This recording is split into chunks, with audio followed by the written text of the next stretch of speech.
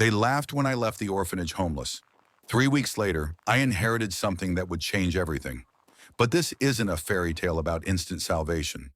This is the story of how I learned that love can reach across years of silence, across impossible distances, and how sometimes the people who fight hardest for us are the ones we never get to thank. My name is Marlo Catherine Ashford, though most people call me Lo. And the morning I turned 18, I woke up knowing it would be my last day having anywhere to call home. The oatmeal was cold. It had that gummy texture that comes from sitting too long in the industrial-sized pot they used in the kitchen at Riverside Group Home. I stirred it slowly, watching the patterns form and dissolve in the gray paste, trying to commit this moment to memory even though there was nothing about it worth remembering. Cold oatmeal, powdered milk, the fluorescent lights humming overhead, the smell of industrial cleaner that never quite masked the smell of too many teenagers living in too small a space. It was a Tuesday morning in late September, the kind of morning where the air has that first real bite of autumn, where you can feel summer giving up its fight. Through the cafeteria windows, I could see the leaves on the oak tree starting to turn, edges going gold and rust. Everything was ending. The season, my time here, the only version of stability I'd known for the past 4 years. You gonna eat that or just play with it? I looked up. Celeste Rivera sat across from me, her dark eyes soft with something I didn't want to name. Pity, maybe, or sadness. Celeste had been my roommate for 3 months, ever since she'd arrived from a failed placement with an aunt in Colorado. She was 17, still had a year left in the system, and she was the only person in this entire building who'd looked at me like I was a person instead of just another case file about to close. Not hungry, I said. You should eat anyway. You don't know when your next meal's coming. She was right, of course, but my stomach was wound too tight to accept food. Mrs. Patterson, the head administrator, had already given me my exit interview yesterday. 72 hours to vacate my room. They needed the bed for a younger child, someone with more time in the system, someone they might actually be able to help. She'd handed me a folder with information about homeless shelters and job training programs, a list of churches that served free meals. Then she'd wished me luck in that particular tone adults use when they don't actually believe you have any chance of success. I'd thanked her politely. What else was I supposed to do?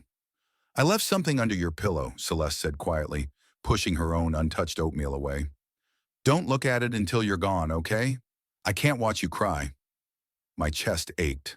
I'd learned a long time ago not to cry in front of people. Crying made adults uncomfortable and gave other kids ammunition. But Celeste had seen me cry once, late at night, after I'd overheard Mrs. Patterson telling a social worker that girls like me usually ended up in 3 places: jail, pregnant, or dead. You're going to be okay, Celeste whispered. You're stronger than any of them know. I wanted to believe her. I wanted to believe that being smart and stubborn and refusing to accept things at face value would be enough.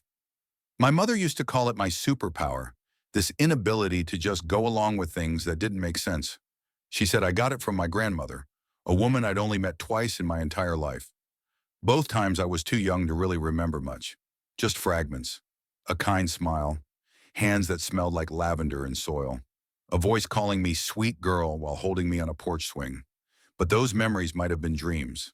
After 14 years without my mother and 18 years without anyone who actually wanted me, it was hard to know what was real and what was just wishful thinking. The morning stretched out in a series of mundane tasks that felt monumental because they were the last. I stripped my bed, folding the thin sheets the way we'd been taught. I packed my duffel bag, 3 shirts, 2 pairs of jeans, underwear, socks, a jacket that was already too thin for the coming winter. At the bottom of the bag, wrapped in a pillowcase, was the only photograph I had of my mother. She was 19 in the picture, holding me as a baby, and she was smiling like she still believed good things were possible. She died when I was 14, a car accident on a wet road, gone in an instant, and I'd been in the system ever since. Before that, it had been a rotation of foster families who either couldn't handle me or couldn't afford another mouth to feed. I wasn't a bad kid. Not really. I just asked too many questions. I didn't accept the easy answers adults gave when they didn't want to deal with the complicated truth. That tends to make people uncomfortable. I found Celeste's note under my pillow while I was gathering the last of my things. It was written on lined paper torn from a notebook, her handwriting small and careful. You're stronger than you think, Lo. Don't let them make you believe otherwise. You're going to do something amazing with your life. I know it. Please stay in touch. Please don't forget me. See, I folded the note into a square small enough to fit in my pocket, right next to the $300 I'd saved from working at the library. It wasn't much, but it was something. The other kids gathered in the hallway to watch me leave. Not all of them. Not the younger ones who were still caught up in their own survival. But the teenagers. The ones who understood what aging out meant. Marcus and Tyler, two brothers who'd been at Riverside almost as long as me, stood near the stairs making bets about how long it would take before I ended up strung out or pregnant. They said it loud enough for me to hear. That was the point. Sarah, who'd always been jealous that I actually studied and got decent grades, announced that she gave me 2 months before I came crawling back, begging them to take me in again. A few of the younger kids looked at me with a mixture of pity and fear, like my failure was contagious and they might catch it if they got too close. Nobody wanted to be associated with the girl who was about to become another statistic. I hefted my duffel bag onto my shoulder and walked toward the front doors without looking back. Mrs. Patterson stood by the entrance with a social worker I didn't recognize, both of them wearing expressions of practiced professionalism. No warmth, no real concern, just the tired resignation of people who'd seen this story 1,000 times before. Do you have a place to stay tonight? The social worker asked, her pen poised over a form. Yes, I lied. She wrote something down. Mrs. Patterson handed me a business card with a number for a crisis hotline. Then she opened the door, and just like that, I was outside. The iron gates of Riverside Group Home stood open, and beyond them, the city stretched out in all directions. Somewhere in that sprawl of concrete and glass and indifference, I was supposed to build a life. I started walking. The first 3 days blurred together in a haze of exhaustion and adrenaline. I spent my first night of freedom on a bench in Riverside Park, the duffel bag clutched close, dozing in and out while watching the city move around me. There's something humbling about becoming invisible. People walk past without a second glance, probably assuming I was just some teenager waiting for friends or killing time before heading home. They had no idea I didn't have a home to go to. Around midnight, a police officer stopped and asked if I was okay. I lied and said I was waiting for my mom to pick me up from a friend's house. He looked skeptical but didn't push it. I guess he had bigger problems to deal with than one more homeless kid. The next morning, I used the bathroom at a McDonald's to wash my face and brush my teeth, trying to make myself presentable enough to job hunt. The fluorescent lighting was harsh and unforgiving. It showed me a girl who looked older than 18, with dark circles under green eyes that had seen too much too soon. My brown hair needed a proper wash, but I did my best with wet paper towels and the tiny bottle of shampoo I'd taken from the group home. I changed into my cleanest clothes and practiced smiling in the mirror. I needed to look employable, trustworthy, like someone who wouldn't steal from the register or show up late every day. The girl staring back at me wasn't convinced. I spent the next week applying everywhere. Fast food joints, retail stores, warehouses, cleaning services, anywhere that might hire someone with a GED and zero experience. Most places took one look at my application, noticed the lack of a permanent address, and suddenly remembered they weren't actually hiring right now, despite the help wanted sign in the window. A few were more direct about it. They needed someone reliable, they explained. Someone who wouldn't be a liability. Someone who had their life together. I wanted to scream that I was trying to get my life together, that you can't get your life together without a job, that they were creating the exact cycle they claimed to be avoiding, but screaming would have just confirmed their suspicions that I was unstable. So I smiled, thanked them for their time, moved on to the next rejection. By the end of the first week, my $300 had dwindled to $140. I'd been eating as cheaply as possible, dollar menu items, convenience store snacks. But money disappears faster than you think when you're living on the streets. I'd found a youth shelter that let me stay for up to 5 nights, which helped, but their beds were first come, first served. And I'd already missed out twice because I'd been too far away when the doors opened at 6 p.m. The shelter was clean enough. The staff tried to be helpful, but there's only so much they can do with limited resources and an endless stream of kids just like me, all competing for the same scarce opportunities. On day 9 of my newfound independence, something shifted. I'd been walking through the industrial district on the edge of downtown, checking every business for help wanted signs when I saw it. A convenience store wedged between a closed laundromat and an auto repair shop. The windows were covered in ads for cigarettes and lottery tickets, and there was a handwritten sign taped to the door. Now hiring overnight shift. I pushed through the door. A bell chimed overhead. The store smelled like burnt coffee and cleaning chemicals. Behind the counter, a man who might have been 50 but looked 70 glanced up from a racing form. He had the weathered face of someone who'd worked hard labor his entire life, and the tired eyes of someone who'd seen every disappointment the world had to offer. "Help you?" His voice was rough, probably from cigarettes. "I'm here about the job." He looked me up and down, taking in the duffel bag. The obvious exhaustion, the desperation I was trying hard to hide. For a moment, I thought he was going to send me away like all the others. But instead, he folded his racing form and leaned his elbows on the counter. "Name's Frank," he said. "I need someone for overnight shifts.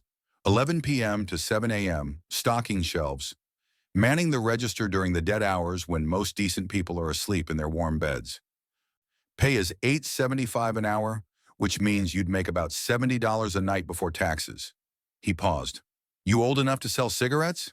"I turned 18 last week." "Good. Can you show up on time?" "Yes." "Can you promise not to steal from me? Because I swear to God, if you steal from me, I will find you and I will prosecute. I've got cameras everywhere." He jerked his thumb at the ceiling where several security cameras hung in plain view. "I won't steal from you." He studied me for another long moment, and I held his gaze without flinching. Whatever he saw there must have been enough, because he nodded slowly. "All right. You start Monday night. Bring 2 forms of ID. I'll train you the first few nights. Then you're on your own. If anyone tries to rob the place, you give them whatever they want and you don't be a hero. The register never has more than $50 in it anyway, and the cameras record everything. You understand?" "I understand." "Good. Don't make me regret this." I walked out of that store feeling like I'd won the lottery. $8.75 an hour, $70 a night. It wasn't much, but it was honest work. It was more than a lot of people in my situation could say. The problem was, even with the job, I still couldn't afford an actual apartment. First and last month's rent, plus a security deposit, plus proof of income and references. I might as well have been trying to buy a mansion. I looked into renting a room, but even the sketchy places wanted more than I could afford, and most landlords took one look at my age and decided they didn't want the liability. So I continued my rotation. Shelter when I could get a bed. Sleeping in the park when I couldn't. Occasionally splurging on a motel room when I desperately needed a real shower and a few hours of uninterrupted sleep. It wasn't sustainable, and I knew it. But what choice did I have? At least I was working. At least I was trying. 3 weeks into this routine, something strange happened. I just finished a shift at the convenience store and caught a few hours of sleep on a bench in the park. The September mornings were getting colder, and I'd woken up stiff and sore, my jacket doing almost nothing against the chill.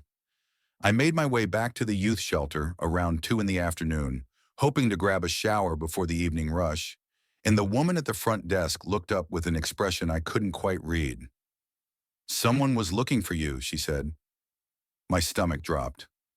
"Who?" "A lawyer." She handed me a business card.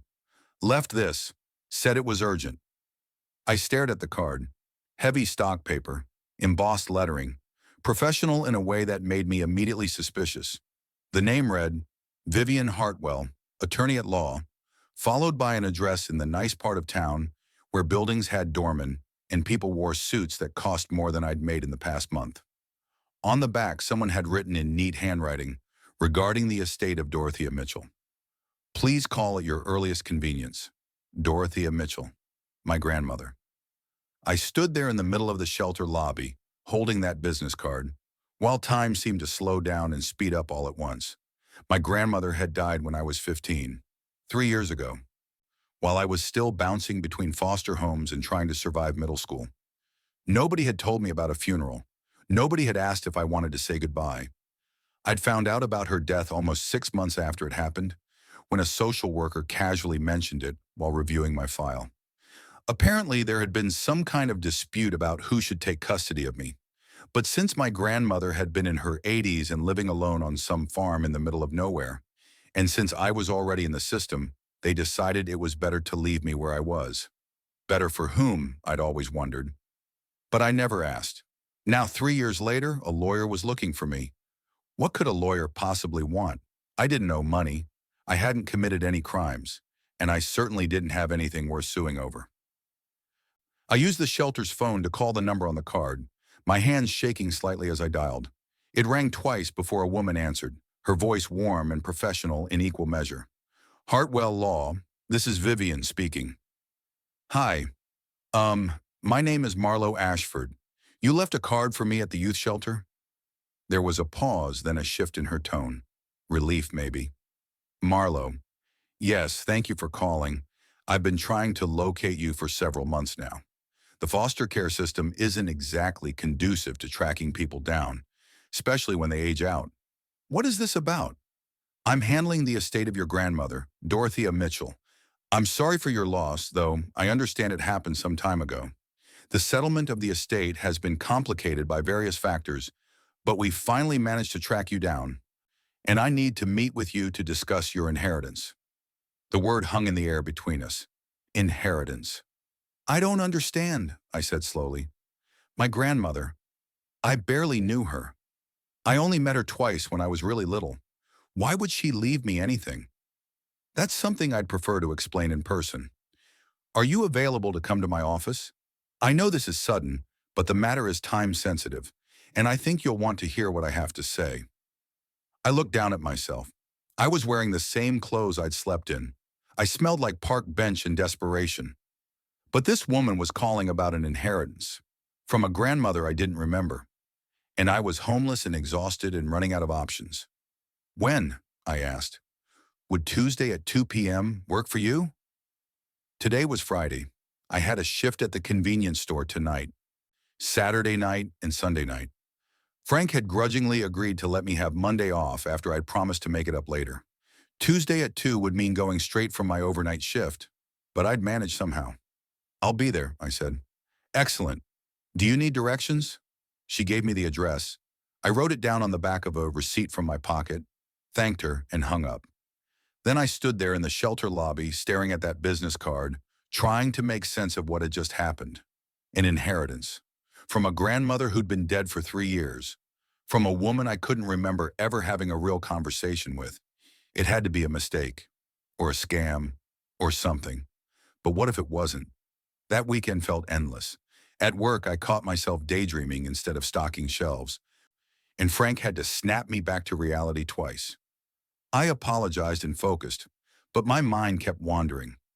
What could my grandmother have possibly left me? Money, maybe? Even a few $1,000s would change everything. I could get an apartment, buy some decent clothes, maybe even enroll in community college like Mrs. Chen at the library had suggested. I tried not to get my hopes up too high. Hope was dangerous when you'd been disappointed as many times as I had. But I couldn't help imagining different scenarios, each one more improbable than the last. Tuesday finally arrived, and I did my best to make myself presentable. I'd splurged on a cheap blazer from Goodwill over the weekend, spending money I couldn't really afford to spend. But if I was meeting with a lawyer in a fancy office building, I needed to at least try to look like someone worth taking seriously. I took an extra long time in the McDonald's bathroom, washing my hair as best I could in the sink, making sure my clothes were as clean and unwrinkled as possible. The dark circles under my eyes were still there, but there wasn't much I could do about that. I was running on 4 hours of sleep and a lot of gas station coffee. The law office was in a glass tower downtown. The kind of building where the lobby had marble floors and the elevator buttons were actual buttons instead of worn-out plastic. I felt completely out of place the moment I walked through the revolving doors. The receptionist looked at me like I might be lost. But when I gave my name and said I had an appointment with Vivian Hartwell, Her expression shifted to something approximating professionalism. 14th floor, she said. Ms. Hartwell is expecting you. The elevator ride felt like it took forever. When the doors finally opened, I stepped out into a hallway that smelled like expensive coffee and leather furniture. Everything was designed to communicate success, stability, permanence, all the things I'd never had. A woman met me in the waiting area. She was younger than I'd expected, maybe late 40s, with sharp features, softened by kind eyes and an easy smile. She wore a tailored suit and sensible heels, and she extended her hand with genuine warmth. Marlo, it's so good to finally meet you. I'm Vivian Hartwell. Please come with me. She led me to a conference room with floor-to-ceiling windows overlooking the city. The table was massive, probably made of real wood instead of laminate, and it was so polished I could see my reflection in it. Vivian gestured for me to sit, then took the seat across from me. She opened a folder and pulled out several documents, arranging them carefully before looking up. I'm going to be direct with you, Marlo, because I think that's what you'd prefer. Your grandmother, Dorothea Mitchell, passed away 3 years ago at the age of 84. In her will, which was properly executed and filed with Meadowbrook County, she left her entire estate to you as her only living heir. The words didn't quite register at first. I heard them, but my brain couldn't seem to process their meaning. The estate consists primarily of a property in Meadowbrook County, Vivian continued, approximately 230 acres of farmland, along with a house, a barn, and various outbuildings. There's also a small savings account with about $12,000 in it, though most of that has been used to pay property taxes and maintain the land while we located you. 230 acres, a house, $12,000. I sat there unable to speak, unable to move. This had to be a mistake. People like me didn't inherit farms. We inherited debt and trauma and cycles of poverty that were nearly impossible to break. Vivian must have seen the shock on my face because she paused and pushed a glass of water closer to me. I took a sip, my hands trembling slightly, trying to ground myself in something real. The water was cold. The glass was solid. This was actually happening. I know this is overwhelming, Vivian said gently. Your grandmother made this will about 6 years ago, shortly after your mother passed away. According to the documents I have, she tried to gain custody of you at that time. She was 78 years old, living alone on the farm, and she petitioned the courts to become your guardian. I looked up sharply. What? The courts deemed her too elderly to take on the responsibility of raising a 12-year-old. She had some health issues that concerned the social workers, and she was living quite remotely. The judge ruled that you would be better served staying in the foster care system, where you could receive more comprehensive support. Vivian's expression was sympathetic. But according to her lawyer's notes, she never stopped trying to find a way to help you. She set up this will specifically to ensure that when you turned 18, you'd have something to build a life on. The room seemed to tilt slightly. All these years. All those nights lying awake in strange beds in strange houses, wondering why nobody wanted me. Wondering what was wrong with me that made me so easy to discard. And all that time, my grandmother had been fighting for me. She tried to contact you several times, Vivian continued, her voice soft. But the system made it very difficult. There were protocols about unauthorized contact with minors in state custody. Her letters were returned. Her calls weren't put through. Eventually, she focused on making sure that this inheritance would reach you, that you'd have something when you needed it most. I felt tears starting to form and blinked them back furiously. I'd learned a long time ago that crying in front of people made them uncomfortable. It gave them permission to dismiss you as unstable or overly emotional. But Vivian just waited, patient and understanding, while I got myself under control. The property itself is in decent condition, she said, pulling out several photographs from her folder and spreading them across the table. We've had a property management company maintaining the basics, keeping the grass cut, making sure the house doesn't fall into complete disrepair. But nobody's actually lived there since your grandmother passed. The farm hasn't been operational for about 15 years. She stopped actively farming when she was in her late 60s, though she kept a small vegetable garden and some chickens up until the end. I leaned forward to look at the photographs. The first showed a two-story white farmhouse with a wraparound porch.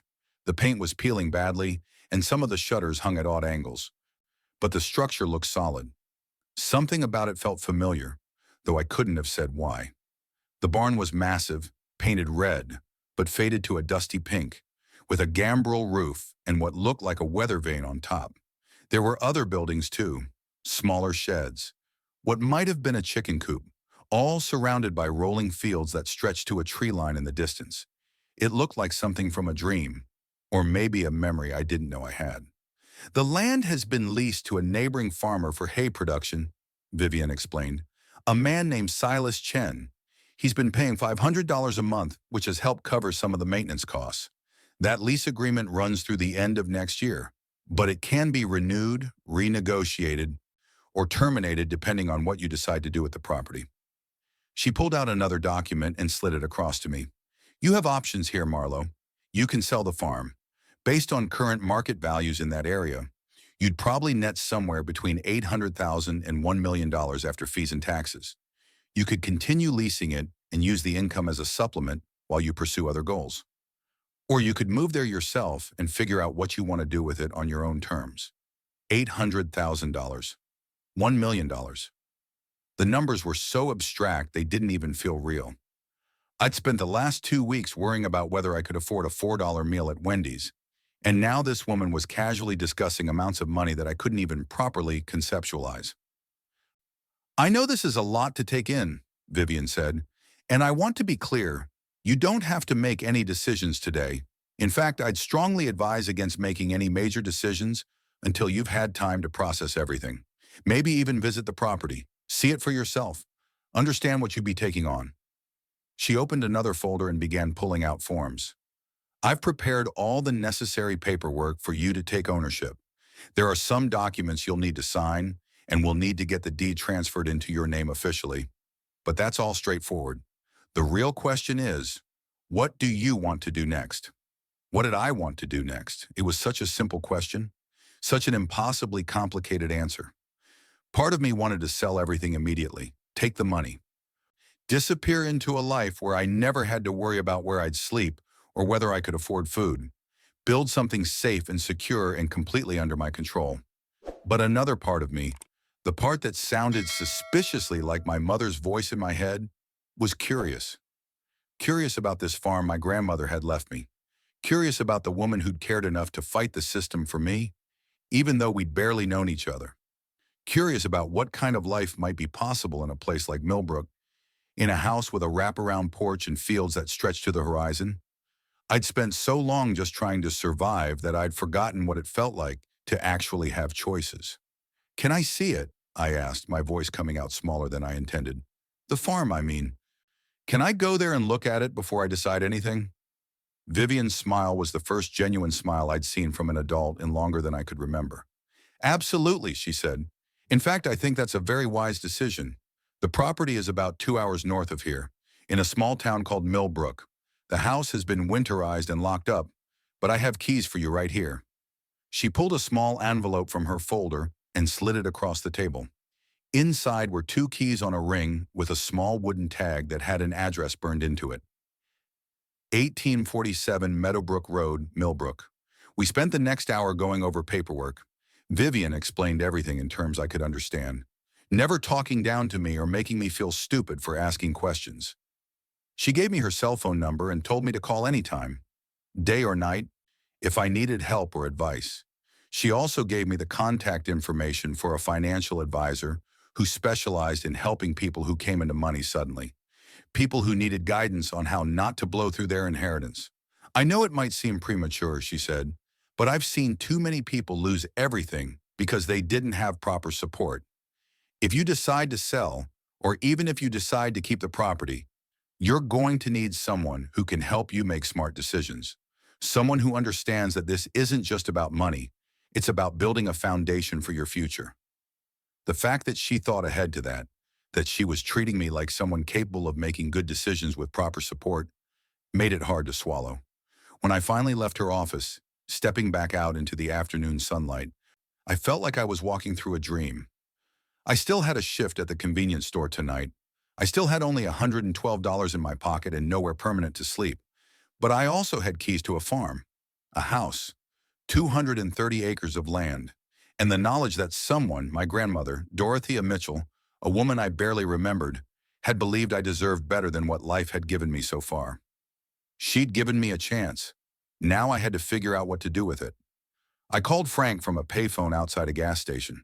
My hands were still shaking slightly from the meeting, from everything Vivian had told me, from the weight of those keys in my pocket. Frank's convenience, he answered, his voice as rough as ever. Frank, it's low. I need to take a few days off. It's a family emergency. There was a long pause, then, you've been here a month, kid. I need reliable employees, not people who are going to flake out every time something comes up. I know, I'm sorry, but this is important. It's about an inheritance. Legal matters, I have to go out of town. Another pause. His tone softened slightly, though he still sounded skeptical. An inheritance? What, did some rich relative kick the bucket? Something like that. All right, you can have 3 days, but if you're not back by Friday night, I'm going to have to find someone else. I can't keep the overnight shift uncovered indefinitely. I understand. Thank you, Frank. I hung up knowing that by Friday I'd probably have a much better sense of whether I was coming back at all. The next morning, I used most of my remaining cash to buy a bus ticket to Millbrook. The Greyhound station smelled like diesel and old coffee and the particular kind of exhaustion that comes from spending too much time in transit. I bought the ticket from a bored clerk behind bulletproof glass, then sat in a plastic chair bolted to the floor, waiting for the bus to board. My duffel bag sat between my feet. Everything I owned in the world. 3 shirts, 2 pairs of jeans, a jacket, a photo of my mother, and now a set of keys that might change everything. I thought about Celeste back at the shelter, about whether she'd gotten my postcard yet. I'd sent it yesterday, just a quick note letting her know I was okay and that something unexpected had happened. I didn't tell her about the inheritance. Not yet. It still felt too fragile, too unreal. The bus pulled up with a hiss of air brakes. I grabbed my bag and joined the line of people shuffling aboard. Found a seat near the back by the window. Watched the city slide past as we pulled out of the station and headed north. The landscape changed slowly. City giving way to suburbs. Suburbs giving way to smaller towns. And then gradually to farmland and forests. The trees were turning now, splashes of red and gold against the deep green of the pines. The sky was that particular shade of blue you only get in early autumn, clear and bright and full of promise. I'd forgotten how beautiful the world could be when you weren't focused solely on survival. The bus made stops in what felt like every small town along the route. People got on and off, their lives seeming infinitely more settled than mine. A mother with 2 children. An elderly couple. A man in work clothes who smelled like sawdust and fell asleep almost immediately. I pressed my forehead against the window and watched the world roll past, and for the first time in longer than I could remember, I let myself feel something close to hope. Somewhere up ahead in a town called Millbrook, there was a farmhouse with my name on the deed. There were 230 acres of land that belonged to me. There was a grandmother's love that had reached across years of separation to give me something I'd never had. A home. I was going to see it for myself, and then I'd decide what came next. The road stretched out ahead, and the bus carried me forward, and somewhere in my chest, something that had been closed for a very long time started, very tentatively, to open. If you're still with me, I need to hear from you. Hit that subscribe button and tell me in the comments, have you ever discovered that someone loved you more than you knew? Have you ever had a moment where everything changed in an instant? Share your story, because that's what this community is about. Supporting each other, believing that second chances are real. Now let me tell you what happened when I finally saw my grandmother's farm for the first time. The bus pulled into Millbrook just after noon, 3 hours after leaving the city. The driver announced the stop in a voice that suggested he'd made this announcement 1,000 times before, and I gathered my duffel bag, my legs stiff from sitting for so long. Millbrook was exactly the kind of small town you'd expect to find 2 hours north of anywhere important. Main Street stretched for maybe 6 blocks, lined with brick buildings that had probably been there since the 1920s. There was a hardware store with seed displays in the windows, a diner with red vinyl booths visible through the plate glass, A bank, a post office, a feed store with a wooden sign that had started to weather, and not much else. The bus let me off right in front of the post office, and I stood there for a moment with my duffel bag, trying to get my bearings. The air was different here, cleaner, quieter. You could actually hear birds instead of car alarms and sirens. According to the address on the wooden tag attached to my keys, the farm was at 1847 Meadowbrook Road. I had no idea where that was or how to get there. I was considering whether I could walk 4 miles with a heavy bag when the post office door opened and an elderly woman stepped out, her arms full of mail. She stopped when she saw me, her face breaking into a warm smile. She had to be in her early 70s, with silver hair cut short and practical, wearing jeans and a flannel shirt that had been washed so many times the colors had faded to softness. "You look a little lost, honey," she said. "Are you new in town?" "I'm trying to get to Meadowbrook Road," I said. 1847 Meadowbrook Road. Her eyes widened slightly and her smile grew even broader. "Oh, you must be heading out to the old Mitchell place. Are you the granddaughter? Are you Marlowe?" I stared at her, completely taken aback. "How did you know my name?" "Small towns, sweetheart. Word travels fast, especially when it comes to property changing hands. We've all been talking about Dorothea's granddaughter coming to claim her inheritance. I'm Grace Pemberton. I was one of your grandmother's dearest friends for more than 40 years. She shifted her mail to one arm and extended her hand. I shook it, still trying to process the fact that this stranger knew who I was and had apparently been expecting me. "I have a car right over here," Grace continued, not waiting for me to respond. "Why don't you let me give you a ride out to the farm? It's about 4 miles and that's a long walk with luggage." Before I could protest or even properly accept, she'd taken my duffel bag and was leading me toward an ancient Buick parked at the curb. The car had to be at least 20 years old, pale blue with chrome that had started to rust, but it was clean and clearly well maintained. Grace loaded my bag into the trunk and gestured for me to get in the passenger seat. The interior smelled like lavender and old leather. There was a rosary hanging from the rear view mirror and a stack of library books on the back seat. "Your grandmother was a remarkable woman," Grace said as she pulled away from the curb, navigating the quiet streets of Millbrook with the confidence of someone who'd lived here her entire life. "Tough as nails, but with the biggest heart you ever saw. She talked about you all the time, you know. Had your school pictures on her refrigerator, even the ones from when you were little." My chest ached. She had my school pictures? Every single one. She used to tell anyone who'd listen that her granddaughter was going to do great things someday. She was so proud of you, even though she couldn't be with you.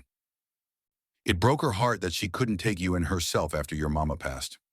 I looked out the window, watching the town give way to countryside. Fields stretched out on either side of the road, some harvested and lying bare, others still golden with late-season crops. The sky seemed impossibly big out here, endless blue with a few white clouds drifting slowly across it. "She tried, you know," Grace continued, her voice soft, "to get custody of you. But the court said she was too old, too sick, too isolated out here. They said you needed to be where there were more resources, more opportunities. Dorothea never forgave them for that decision. She believed family should take care of family no matter what." "I didn't know," I said quietly. "Nobody told me she tried. The system doesn't always communicate the way it should. Dorothea knew that, so she did the next best thing. She made sure that when you turned 18, you'd have something, a place to come home to, land that nobody could take away from you." We turned onto a narrower road, gravel crunching under the tires, trees pressed close on either side, their branches forming a tunnel overhead. The light filtered through the leaves in shifting patterns, gold and green and shadow. Then the trees opened up suddenly, and there it was, the farm. The photographs Vivian had shown me didn't do it justice. The house stood at the center of what must have been several acres of cleared land, a 2-story white farmhouse with a wraparound porch that extended around 3 sides. The paint was indeed peeling, and some of the shutters hung at odd angles, but there was something solid about it, something enduring. Behind the house, the barn rose up proud and massive, its red paint faded to a dusty pink, the gambrel roof silhouetted against the sky. A weather vane in the shape of a rooster turned slowly in the breeze. There were other buildings scattered around the property, smaller sheds, what might have been a chicken coop, a structure I couldn't quite identify. And beyond everything, the fields rolled away toward distant tree lines, gentle hills painted in the colors of autumn. The land seemed to go on forever. Grace pulled up to the front of the house and turned off the engine. We sat there in silence for a moment, and I realized my hands were shaking again. This was mine. This entire place, this beautiful, forgotten farm with its peeling paint and wild gardens and 230 acres of possibility, belonged to me. It didn't feel real.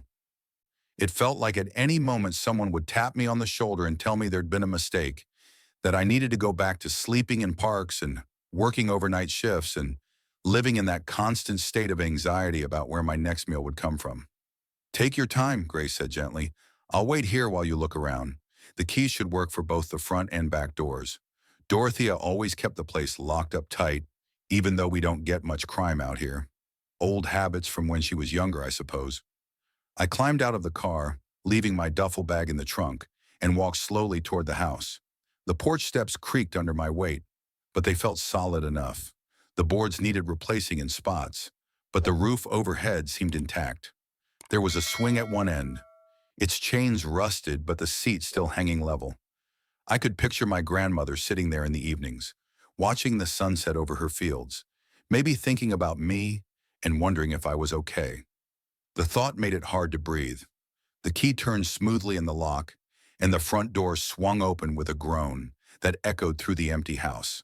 I stepped inside and was immediately hit by the smell of old wood and dust and something floral that might have been my grandmother's perfume, still lingering after all this time. The entry hall opened into a large living room with hardwood floors and tall windows that let in streams of afternoon light. The furniture was still there, covered in white sheets that gave everything a ghostly appearance. There was a stone fireplace along one wall and built-in bookshelves flanking it, still filled with books that nobody had bothered to pack away. I moved through the house slowly, taking in each room. The kitchen was outdated but spacious, with yellow countertops and white cabinets that had seen better days. There was a table by the window that looked out over what had once been a garden and was now mostly overgrown with weeds. An apron still hung on a hook by the stove. Canisters lined up on the counter, labeled in handwriting I didn't recognize but somehow knew was my grandmother's. Flour, sugar, coffee, tea. On the counter by the window, I found a wooden recipe box that looked like it had been used for decades. The wood was smooth from years of handling, and when I opened it, I found recipe cards organized by category: breads, main dishes, desserts, preserves. Each card was written in that same careful handwriting, some faded with age, others more recent. Pot roast, James's favorite. Apple pie, use Granny Smith apples, always. Chicken casserole, Rebecca's mama loved this as a girl.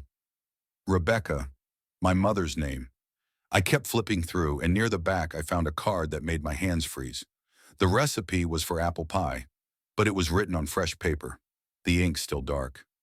At the bottom, in my grandmother's handwriting, it said, "For Marlowe's first Thanksgiving home. Welcome back, my sweet girl. I've been waiting for you." She'd written this knowing she might not live to see it, knowing she might never get to teach me how to make her apple pie. But she'd written it anyway, an act of faith that someday, somehow, I'd be standing in this kitchen, reading her words, learning her recipes. I pressed the card to my chest and felt tears coming again. Not from sadness this time, but from the overwhelming realization that I had been loved, fiercely, constantly, by a woman who'd never stopped believing I'd come home. I set the box down carefully and continued my exploration. Upstairs there were 4 bedrooms, all furnished, all frozen in time like a museum to a life that had ended 3 years ago. One room was clearly my grandmother's. The bed was made with a quilt that looked handmade, the stitching small and precise. Photographs covered the dresser. I picked up one frame and saw a picture of a young woman holding a baby. My mother, probably 19 or 20, with my same green eyes and a smile that suggested she still believed good things were possible. The baby in her arms had to be me. I set the photograph down gently and noticed the nightstand had a drawer I hadn't opened. I pulled it out slowly, and inside I found a wooden box, the kind that might have held jewelry or important documents. But when I lifted the lid, I found letters, dozens of them, maybe 50 or more, all in envelopes addressed to me in my grandmother's careful handwriting. Different addresses over the years, foster homes I'd lived in, the group home on Riverside Avenue, and stamped across almost every single one in cold bureaucratic red ink. Return to sender, unauthorized contact, address unknown. I picked one up with shaking hands. The envelope was dated 6 years ago, right after my mother died. I opened it carefully, the paper fragile with age.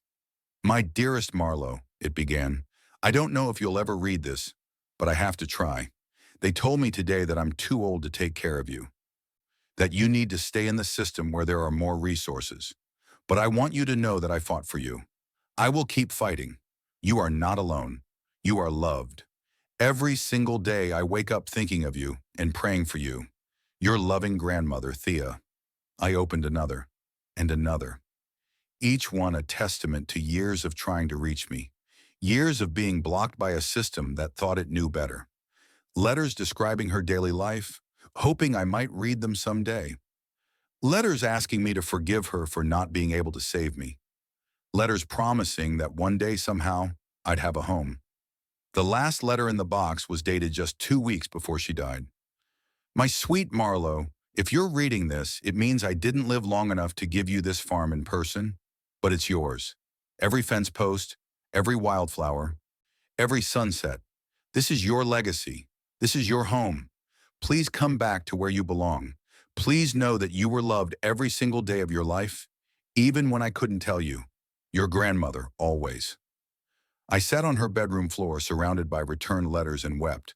Not quiet tears this time, but deep, wrenching sobs for all the years we'd lost. For all the love that had existed but couldn't reach me. For a grandmother who'd never stopped trying, even when the system made it impossible. I don't know how long I sat there. Long enough for the afternoon light to shift and change. Long enough for the tears to stop and leave me feeling hollow and exhausted and strangely peaceful. When I finally pulled myself together, I moved to the next bedroom. This one made me stop breathing. It was clearly a child's room. A twin bed with a faded purple comforter, a small desk by the window, a bookshelf filled with children's books and young adult novels. And on the wall, someone had painted a mural of a meadow filled with wildflowers, every detail careful and loving. I walked closer to the bookshelf, running my fingers along the spines. The books were arranged by reading level, from picture books to chapter books to young adult fiction, and inside each one, written on the first page in that same careful handwriting, were inscriptions. For Marlowe's 8th birthday, love, Grandma Thea. For Marlowe's 10th birthday, I hope someday you'll read this. Love always, Grandma Thea. For Marlowe's 13th birthday, thinking of you today and every day, your loving grandmother. She'd bought me birthday presents every single year, books she thought I might like, books she never got to give me, and she'd kept them here, in this room, in this house, waiting for a day that never came while she was alive.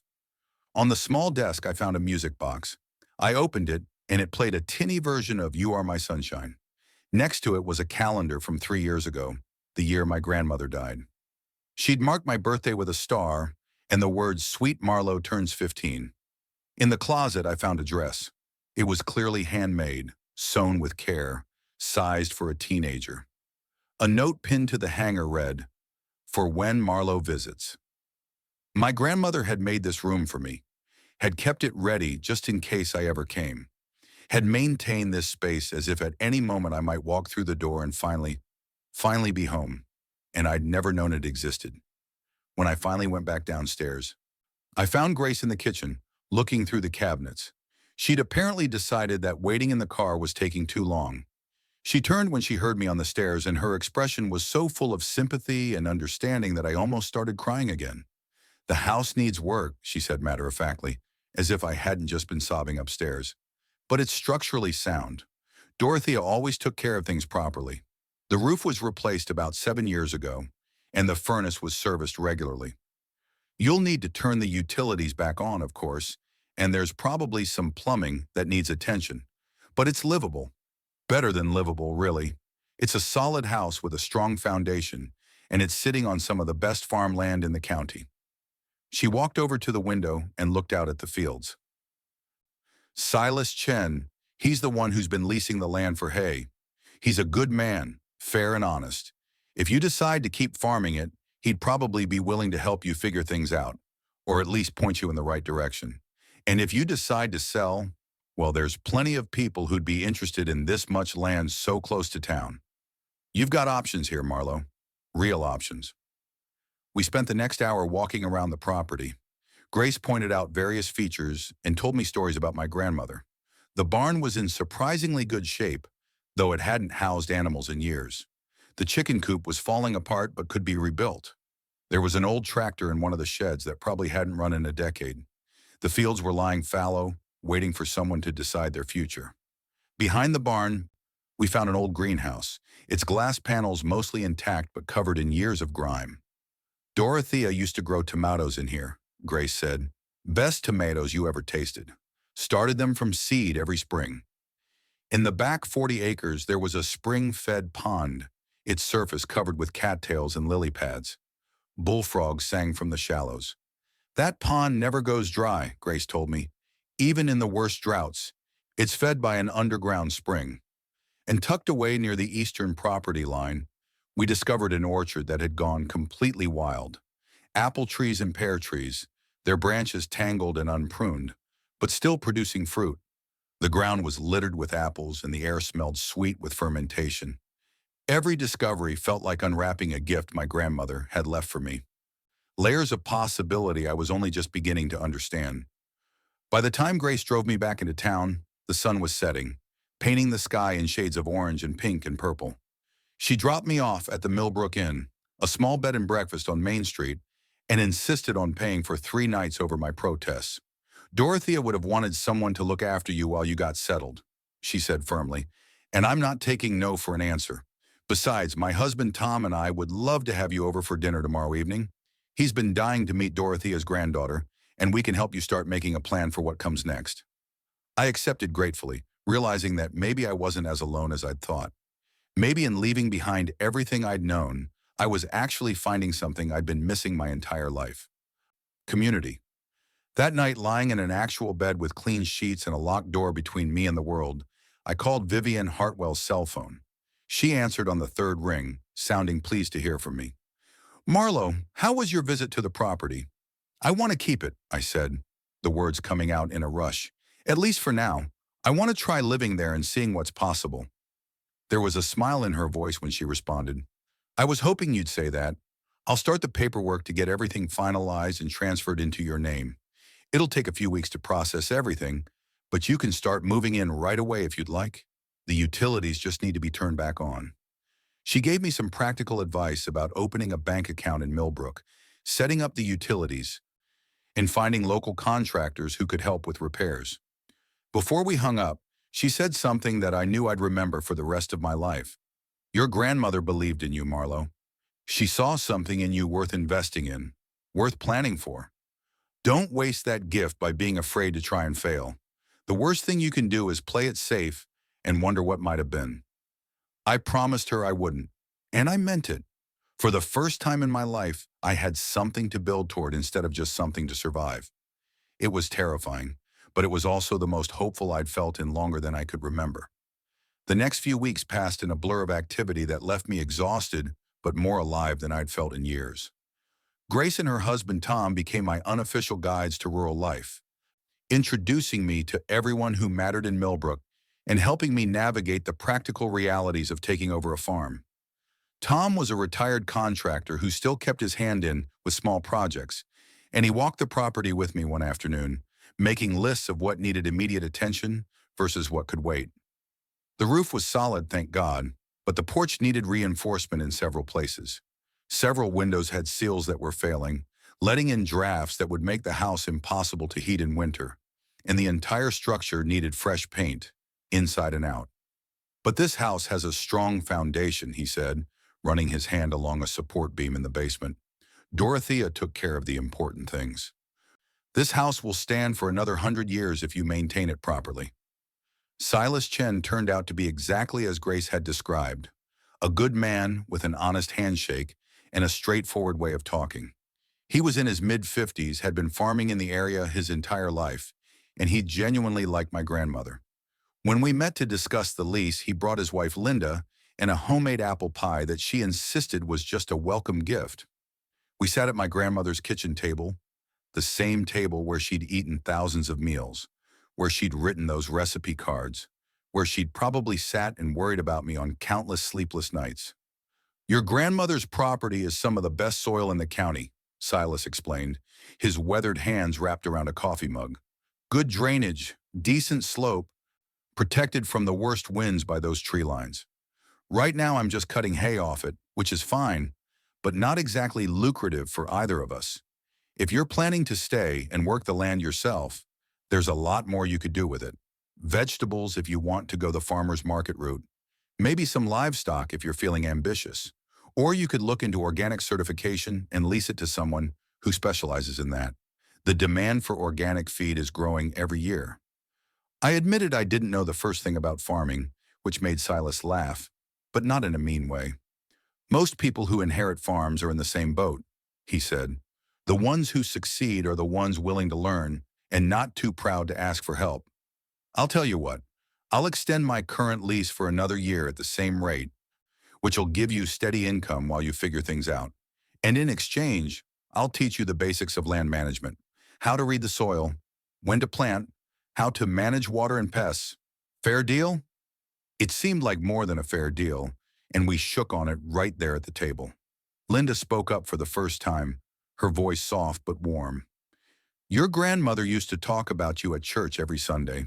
She'd show everyone your school photos and tell us stories about what you might be doing, what you might be learning. She prayed for you by name, and she made sure we all did too. The following Sunday, Grace insisted I come to church with her. I hadn't been to church since I was little, and I felt awkward walking into the small Methodist building on the edge of town. But the moment we stepped through the doors, people started coming up to me. You're Dorothea's granddaughter, an elderly woman said, taking my hands in hers. I'm Clara. Your grandmother showed me your pictures every single Sunday. We've all been praying for you for years. A man with weathered hands introduced himself as Bill. Dorothea used to sit right there, he said, pointing to a pew near the front. Never missed a Sunday, even when she was sick. She said she had to be here to pray for you. After the service, the congregation gathered in the fellowship hall for coffee and cookies. One by one, people came up to share memories of my grandmother, how she'd helped them during hard times, how she'd organized meals for families in crisis, how she'd talked about me constantly, showing anyone who'd listened the school photos she somehow obtained through the social workers. Pastor Williams, a gentleman in his 60s, pulled me aside. Your grandmother was one of the most faithful people I've ever known, he said, but her greatest act of faith was believing that you'd come home. She never doubted. She kept your room ready. She prayed for you by name every single day. She loved you with a love that transcended distance and time. Standing in that fellowship hall, surrounded by people who'd been praying for me before I even knew they existed, I finally understood something profound. I hadn't been alone. I'd been held in the prayers and hopes of an entire community. My grandmother had made sure of that. The financial setup was surprisingly straightforward thanks to Vivian's guidance. The $12,000 that remained from my grandmother's savings was transferred to a new account in my name, along with the monthly lease payments from Silas. I also applied for and received a small business loan to cover immediate repairs and improvements to the property, something Vivian had helped me prepare for by getting all the estate documents in order. For someone who'd been homeless a month ago, suddenly having access to actual money felt surreal. I found myself checking my account balance multiple times a day just to make sure it was real. I threw myself into fixing up the house with an intensity that probably wasn't entirely healthy, but I needed to stay busy. Staying busy meant I didn't have time to second-guess myself or wonder if I was in over my head. Tom and a couple of his semi-retired friends helped with the major repairs, charging me for materials but donating most of their labor because, as Tom put it, Dorothea had been good people, and they wanted to see her place restored. We replaced rotted porch boards, sealed windows, fixed plumbing issues that had been slowly getting worse for years. We gave the whole house a fresh coat of paint inside and out. I chose a warm cream color for the interior walls and kept the exterior white, but with new black shutters that actually hung straight. The bedroom my grandmother had made for me became my personal project. I kept the wildflower mural. I couldn't bear to paint over it, but painted the other walls a soft sage green. I bought a new mattress, actual adult bedding, and slowly began adding pieces that made the space mine. A reading chair by the window, a better desk for the laptop I'd bought with some of my inheritance money, curtains that I'd sewn myself from fabric I found at a store in the next town over, surprising myself with how much I enjoyed the meditative process of creating something with my hands. For the first time in my life, I had a room that was truly mine in a house that couldn't be taken away from me, and the security of that was almost overwhelming. I started exploring the property more thoroughly, walking the fence lines and discovering things I'd missed on that first day.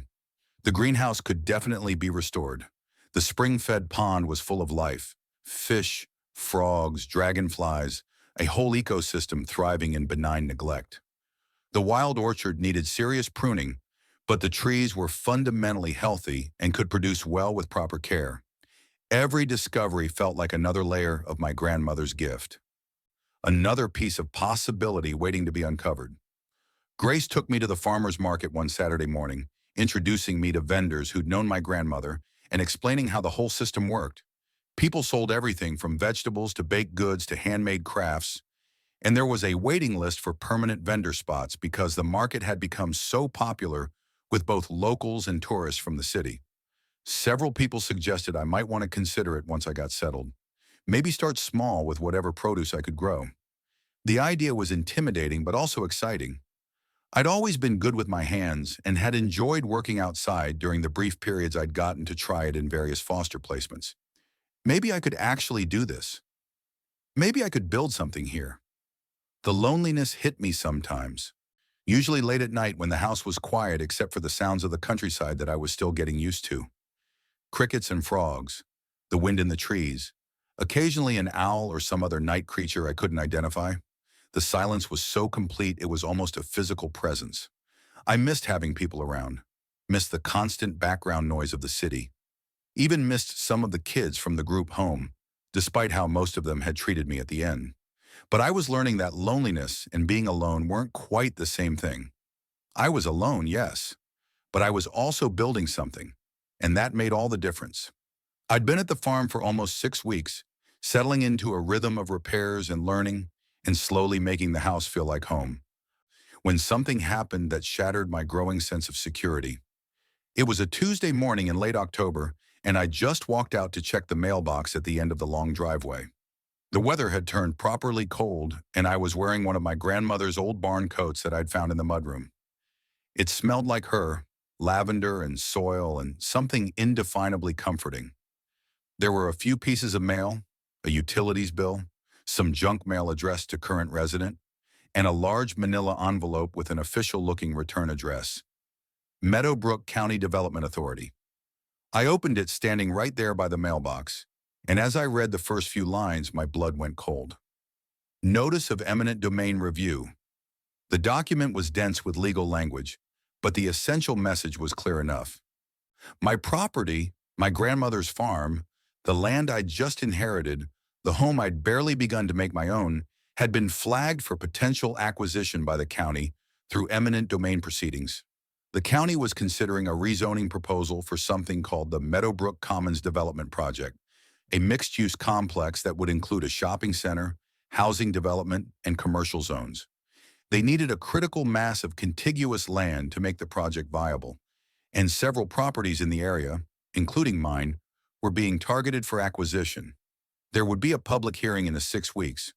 If the proposal was approved, the county could force me to sell the property at what they deemed fair market value to make way for the development.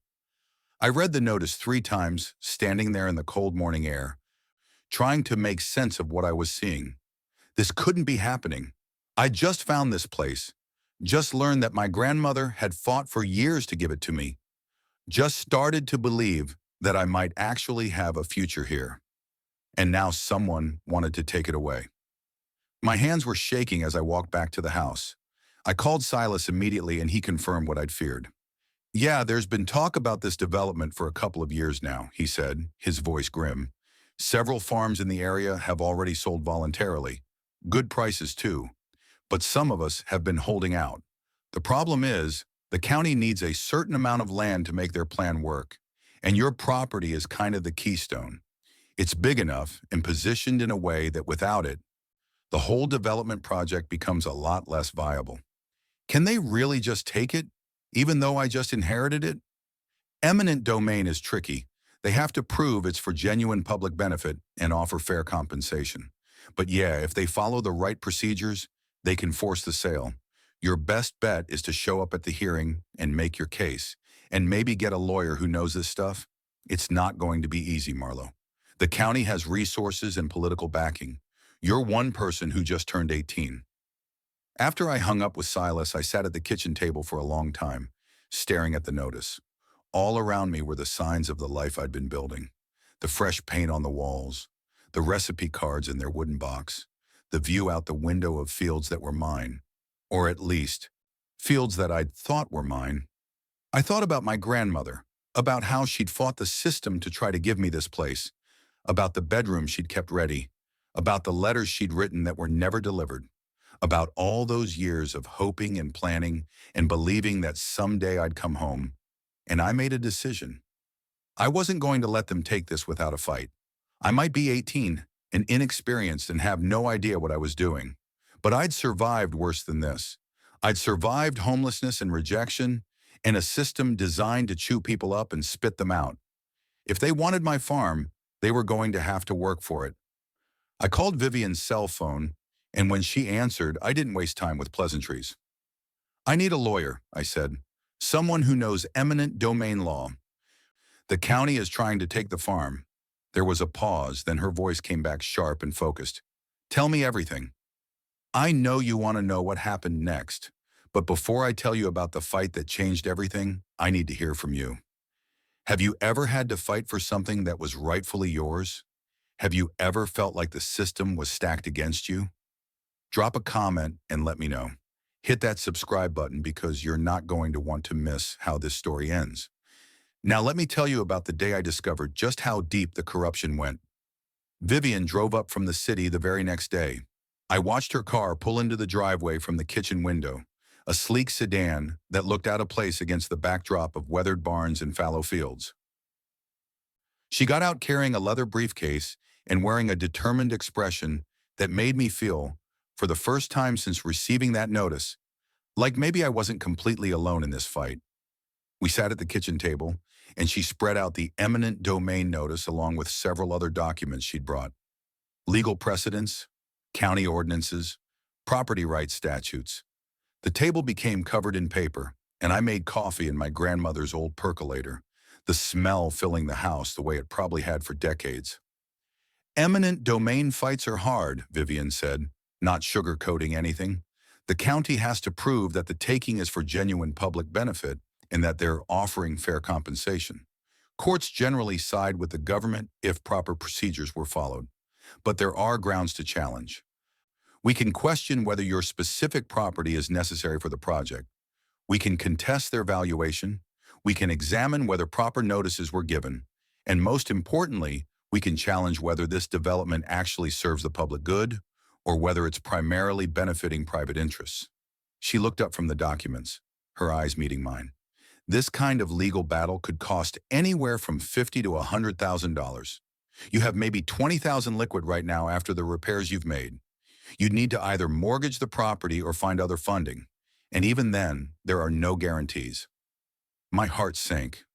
I'd been homeless a month and a half ago. I didn't have that kind of money. I didn't have any kind of money, really, beyond what my grandmother had left me and the small business loan I'd already taken out. Vivian must have seen the despair on my face because she reached across the table and put her hand over mine. But here's what I've learned in 20 years of practice. Sometimes the courtroom isn't where these battles are won. Sometimes they're won in the court of public opinion. Before we lawyer up and go to war, you need to understand the battlefield, attend the public hearing, research who's actually behind this development, talk to the other farmers who've received notices, build a coalition, get media attention, make it politically costly for the county to proceed. She leaned back, studying me carefully. This isn't just a legal fight, Marlo. It's a political one. And sometimes, the court of public opinion is more powerful than any court of law. That afternoon, I drove into town in the old pickup truck Tom had helped me get running. It had belonged to my grandmother, had been sitting in one of the sheds for 3 years, but with a new battery and some basic maintenance, it ran fine. I felt strange behind the wheel, strange and powerful and terrified all at once. Silas had arranged a meeting at the Millbrook Diner for that evening. When I arrived, I found 5 other farmers already there, all of them having received the same notice I had. They sat in a back booth, coffee cups in front of them, faces etched with varying degrees of anger and resignation. They were all older than me by decades. The youngest was probably in his 50s. Most were in their 60s and 70s.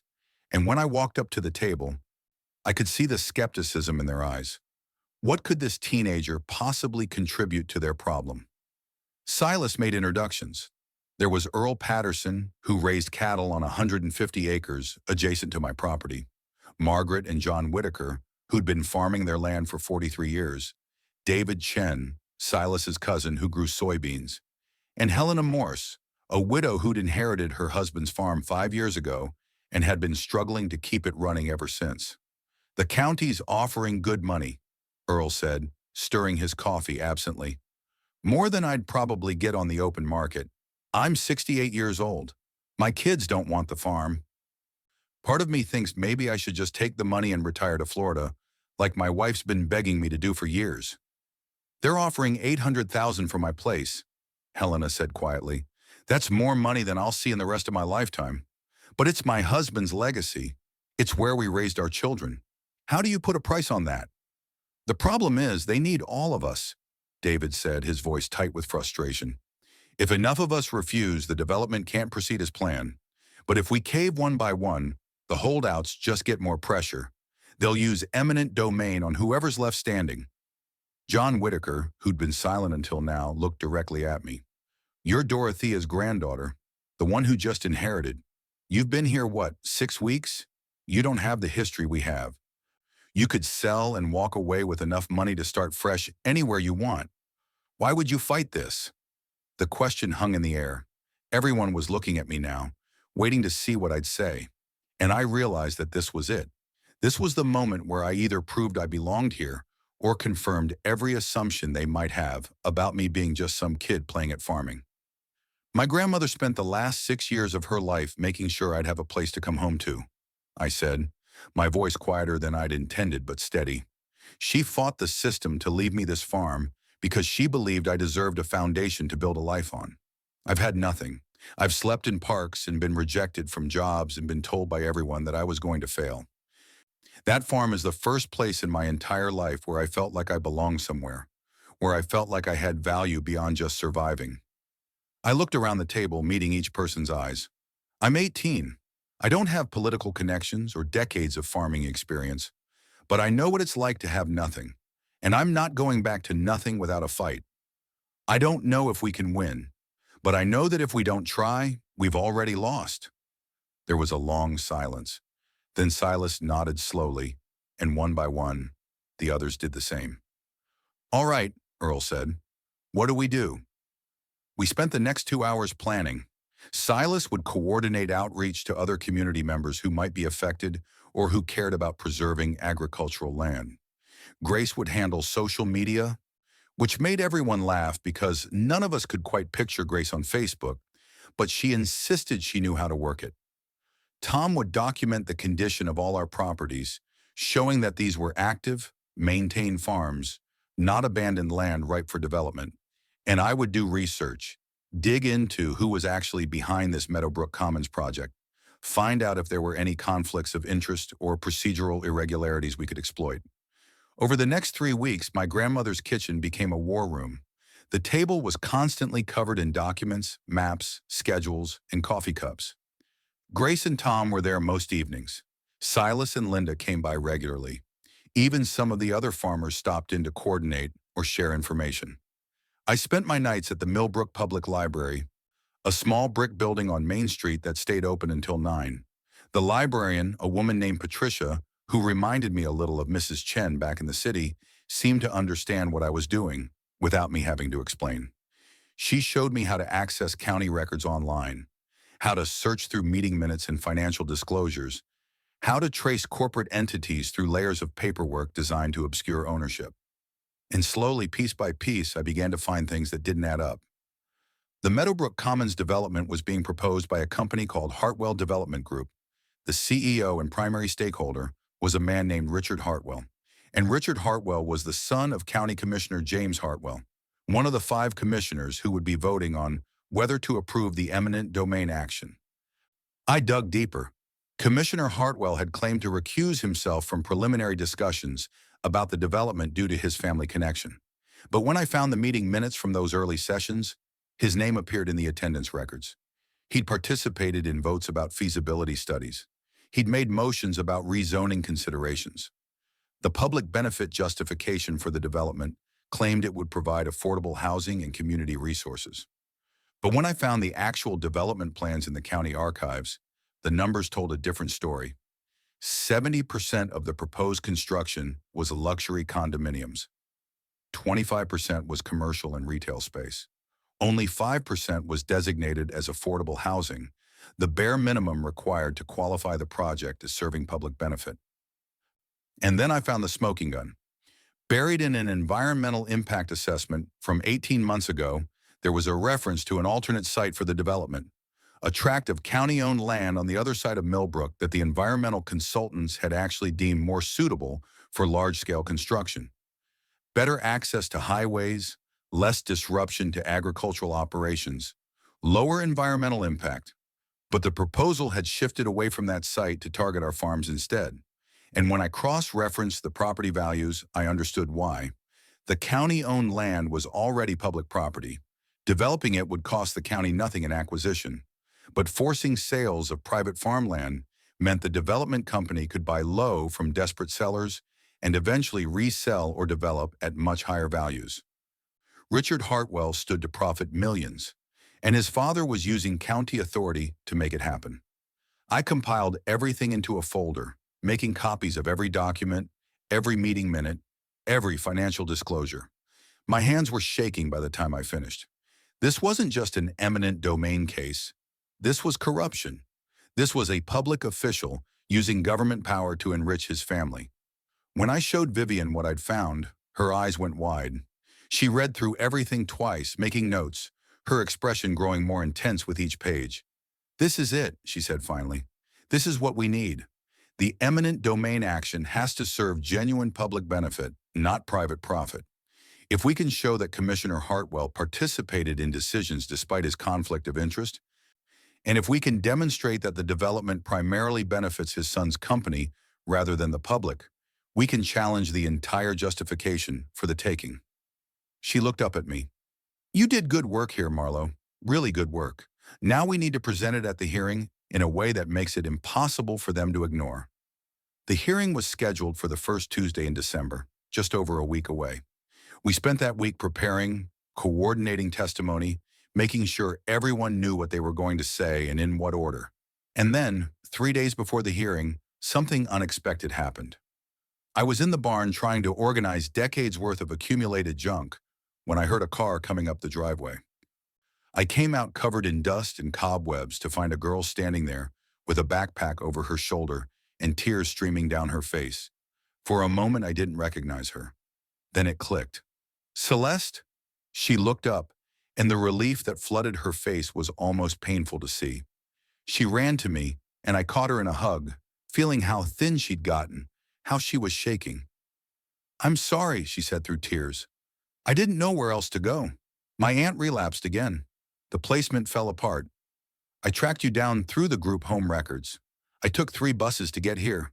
I know you're probably busy, and you have your own life now, but I didn't have anywhere else."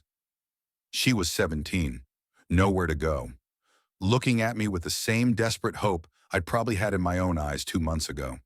I didn't even hesitate. "You can stay as long as you need," I said. "Come on, let's get you inside." We dragged a spare mattress into one of the upstairs bedrooms, and that night we sat on the porch eating pizza from the one place in town that delivered and I told her about everything that had happened.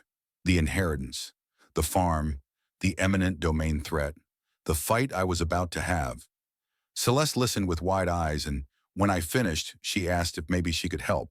She was good at gardening, she said. Good with social media, good at organizing information.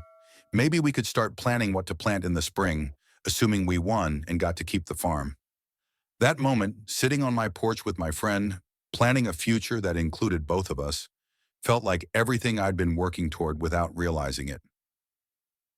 The farm wasn't just about me having a place to live or money in the bank. It was about creating something bigger than survival. It was about building the kind of life where there was room for other people who needed it. My grandmother had given me that gift, and now I could pass it forward. Celeste threw herself into helping prepare for the hearing. She took the information I'd compiled and created a social media campaign. Within days, Save Mitchell Farm was trending locally. People were sharing stories about the importance of preserving agricultural land, about family farms being destroyed by corporate interests, about corruption in local government. The local newspaper picked up the story, then regional news outlets. By the time the hearing arrived, everyone in Meadowbrook County knew about the 18-year-old foster kid fighting to keep her grandmother's farm. The hearing was held at the county courthouse on a Tuesday evening. The room was packed. Rows of wooden benches filled with farmers, supporters, developers, county officials, reporters with cameras and recording devices. The air felt electric with tension. I arrived with our coalition, Grace and Tom, Silas and Linda, the other farmers who decided to fight instead of sell. Celeste, who'd helped me organize all my evidence into a presentation that even I could follow. And Vivian, professional and composed, carrying the weight of legal expertise I desperately needed. I was wearing a blazer I'd found in my grandmother's closet, altered to fit me. It smelled faintly of lavender, like she was there with me. County Commissioner James Hartwell presided over the hearing, which was itself a conflict of interest, but apparently legal under county procedures. He was a large man with silver hair and the kind of commanding presence that came from years of public office. He called the meeting to order, and the Development Authority presented first. Their representative was slick and professional, with a PowerPoint presentation full of glossy renderings and impressive statistics. They talked about community revitalization and job creation and increased tax revenue. They showed images of the proposed shopping center, the residential units, the parks and green spaces that would serve residents. They made it sound like they were doing us all a favor, like forcing us off our land was an act of benevolence. Then it was our turn. The other farmers spoke first, each one telling their story. Earl talked about 4 generations of his family working the same land. Helena talked about her husband's dream of passing the farm to their children. David talked about food security and the importance of local agriculture. Silas spoke about my grandmother, about Dorothea Mitchell, who'd farmed for 60 years, who'd been a pillar of the community, who'd fought to leave a legacy for her granddaughter. Grace stood up and told the room that Dorothea had prayed every Sunday for the granddaughter she couldn't reach, that the entire church community had prayed along with her, that taking this farm didn't just hurt me, it erased Dorothea's life work, and then it was my turn. I walked to the front of the room, my legs shaking, but my voice steady. I looked out at all those faces, some sympathetic, some skeptical, some hostile. I saw Commissioner Hartwell watching me with barely concealed contempt, and I began to speak. My name is Marlo Ashford. 3 months ago, I was homeless. I aged out of foster care with a duffel bag and $300. I slept in parks. I worked overnight shifts at a convenience store for $8.75 an hour. I was rejected from jobs because I didn't have an address. I was told over and over that I was going to fail, that I was going to become another statistic. I paused, letting that sink in. Then I learned that my grandmother, Dorothea Mitchell, a woman I barely knew but who loved me anyway, had left me 230 acres and a farmhouse in Millbrook. She'd tried to get custody of me when I was 12. The court said she was too old, too isolated, that I'd be better off in the system. So she did the next best thing. She spent 6 years making sure that when I turned 18, I'd have a foundation to build a life on. Not just money, not just property, but a home, a place where I belonged. My voice caught slightly. I found a bedroom in that house. My grandmother painted wildflowers on the walls and kept it ready for me, even though she never got to see me live in it. She bought me birthday presents every year and saved them in case I ever came home. She wrote me letters she could never send because the system kept returning them. That's love. That's a legacy. And that's what you're asking me to walk away from. I could see people in the audience wiping their eyes. Even some of the commissioners looked uncomfortable. But this hearing isn't just about my personal story, I continued, my voice growing stronger. It's about whether this eminent domain action is legitimate. I pulled out my folder and began presenting what I'd found. I showed them the meeting minutes proving Commissioner Hartwell had participated in votes despite claiming recusal. I showed them the environmental study recommending a different site. I showed them the development plans revealing that only 5% of the project was affordable housing. This development doesn't serve the public good, I said, looking directly at Commissioner Hartwell. It serves private profit. Specifically, it serves the profit of Hartwell Development Group, owned by the commissioner's own son. The county is using its power to force sales that will make the Hartwell family millions of dollars. That's not eminent domain. That's corruption. I slid copies of all my documentation across the table to the commissioners. This development fails every test for legitimate public benefit. It's not necessary. There are better alternate sites. It doesn't primarily serve the public. It serves luxury housing and commercial interests. And the process has been compromised by conflicts of interest from the very beginning. I took a deep breath. I don't have political connections or money for expensive lawyers, but I have the truth. And the truth is that this eminent domain action is illegal, it's immoral, and it needs to be stopped.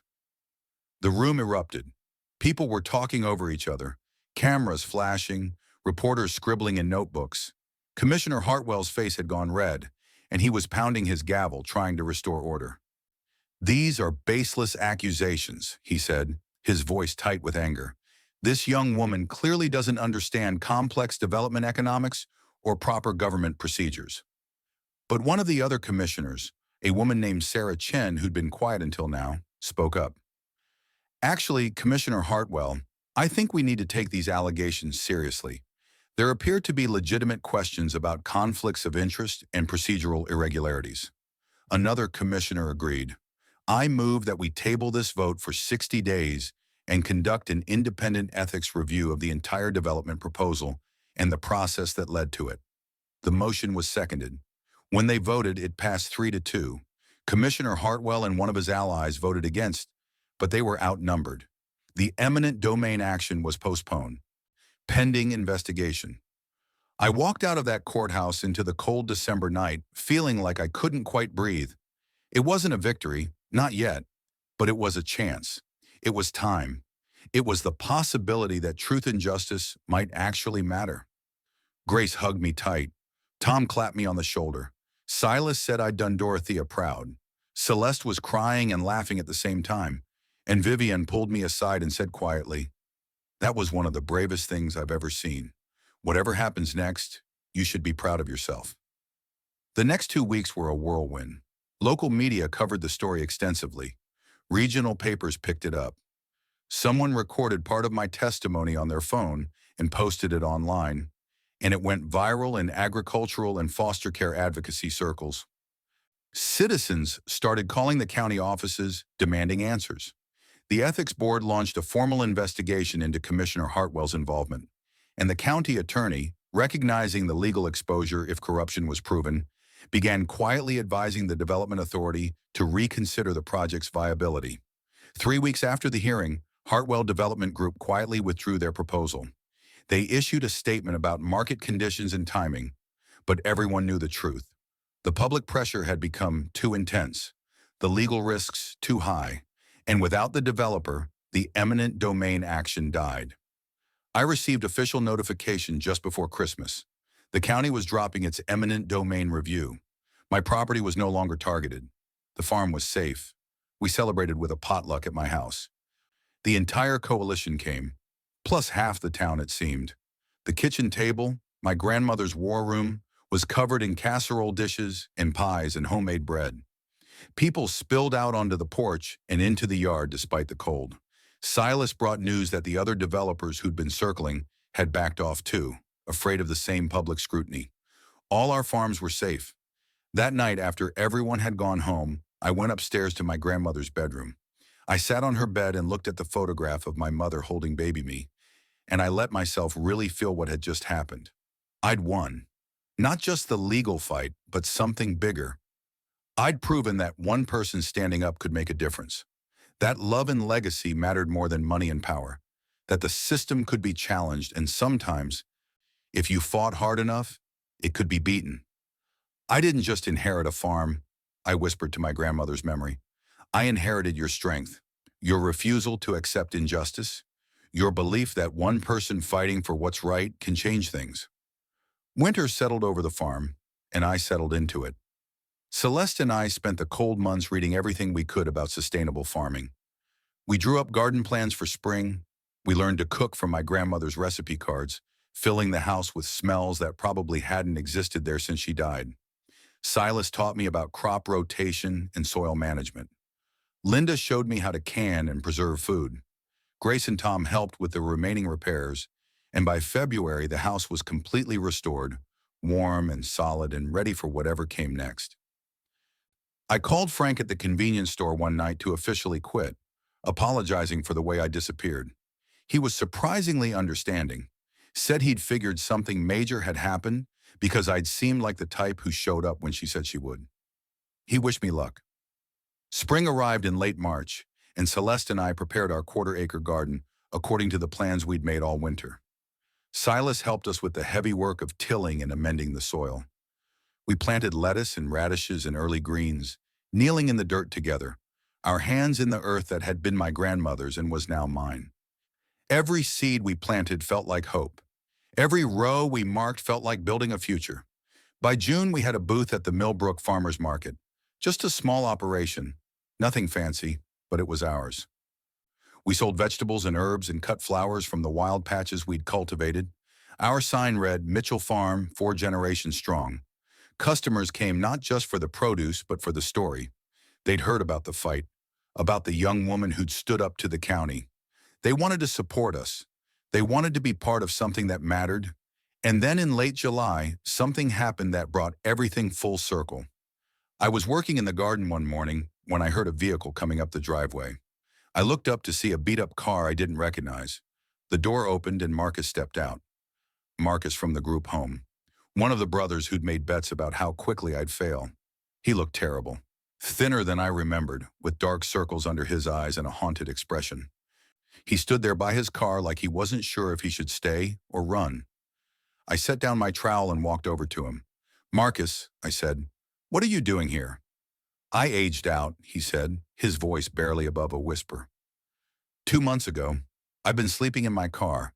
Can't keep a job. Can't find a place. I saw the news stories about you, about what you did, and I thought maybe... He trailed off, looking at the ground. I'm sorry for how I treated you, for the things I said. I was wrong. I didn't have anywhere else to go. I looked at this boy who'd made my last days at Riverside miserable, who'd laughed at me and bet against me, who was now standing in front of me with the same desperation I'd felt not so long ago. And I thought about my grandmother, about grace and second chances, about how she'd loved me even when I couldn't love myself back. You can stay, I said. We have room, but you work, you contribute, you treat people with respect. Those are the rules. The relief on his face was almost painful. I will, I promise. Thank you.